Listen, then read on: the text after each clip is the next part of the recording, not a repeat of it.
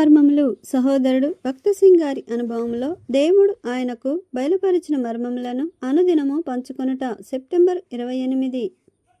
అక్షయమైనదియు నిర్మలమైనదియు వాడబారనిదియునైన స్వాస్యము మనకు కలుగునట్లు మనలను మరలా జన్మింపజేసెను. 1 పేతురు రాసిన పత్రిక 1వ అధ్యాయము 4వ వచనము.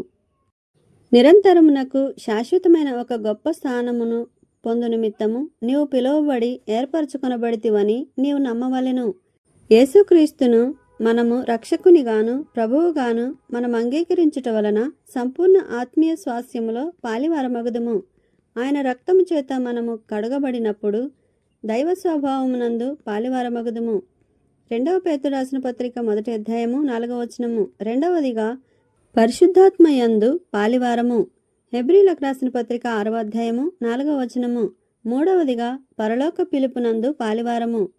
హెబ్రీలకు రాసిన పత్రిక 3వ అధ్యాయము 1వ వచనము. నాలుగవదిగా దేవుని పరిశుద్ధత యందు పాలివారము. హెబ్రీలకు రాసిన పత్రిక 12వ అధ్యాయము 14వ వచనము.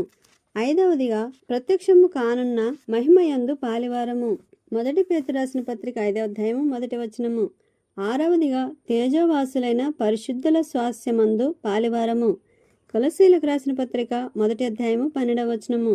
ఏడవదిగా క్రీస్తులో పాలివారము. హెబ్రీలకు రాసిన పత్రిక 3వ అధ్యాయము 14వ వచనము. దేవుని యొక్క పరలోక స్వాస్యమందు పాలివారమగుట ఎంత భాగ్యము! ఇట్టి ఆత్మీయమైన వాడబారని తేజోవంతమైన స్వాస్యమందు ప్రవేశపెట్టి దానిని మనం అనుభవించవలెనని ప్రేమగల దేవుడు మనలను ఏర్పరచుకొని ఉన్నాడు.